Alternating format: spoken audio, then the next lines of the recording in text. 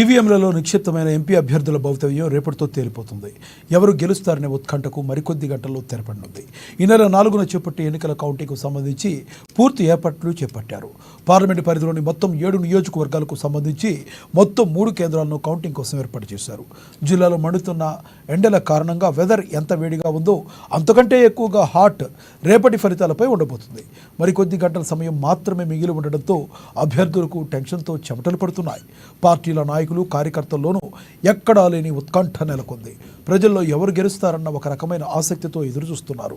వీటన్నిటికీ తెరదించే చివరి ఘట్టం కౌంటింగ్కు ఆదిలాబాద్ పట్టణంలోని 3 కేంద్రాల్లో ఏర్పాట్లు పూర్తయ్యాయి. ఆదిలాబాద్, బోధ్ నియోజకవర్గాల ఓట్ల లెక్కింపు టీటీడీసీలో చేపడుతున్నారు.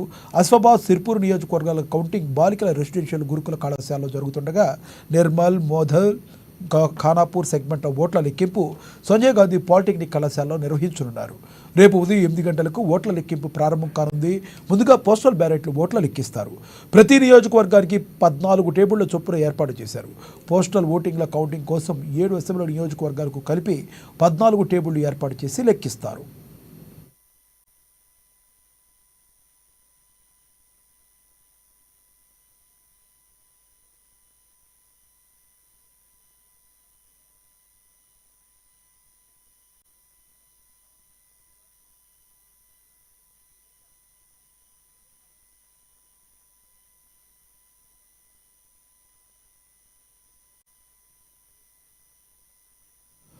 ఆదిలాబాద్ పార్లమెంట్ నియోజకవర్గానికి గత నెల 13న 4వ విడతలో ఎన్నికలు జరిగాయి.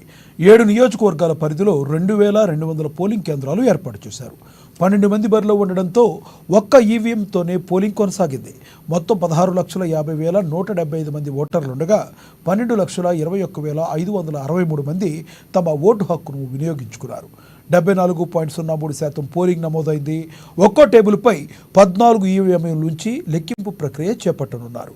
159 రౌండ్లలో ఈ లెక్కింపు కొనసాగనుంది. ఇందుకోసం 3 జిల్లాల కలెక్టర్లు ప్రత్యేక ఏర్పాట్లు చేస్తూ పనులను పర్యవేక్షిస్తున్నారు. ఈవీఎంలను ఉంచేందుకు అవసరమైన టేబుళ్లతో పాటు కౌంటింగ్ ప్రక్రియకు ఎలాంటి అసౌకర్యం కలగకుండా అల్యూమినియం తీగలతో కూడిన జాలీలను బిగించారు.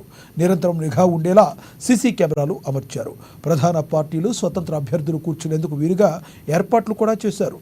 వెలుతురు స్పష్టంగా ఉండేలా ప్రత్యేక హైమాస్ట్ లైట్లను అమర్చారు.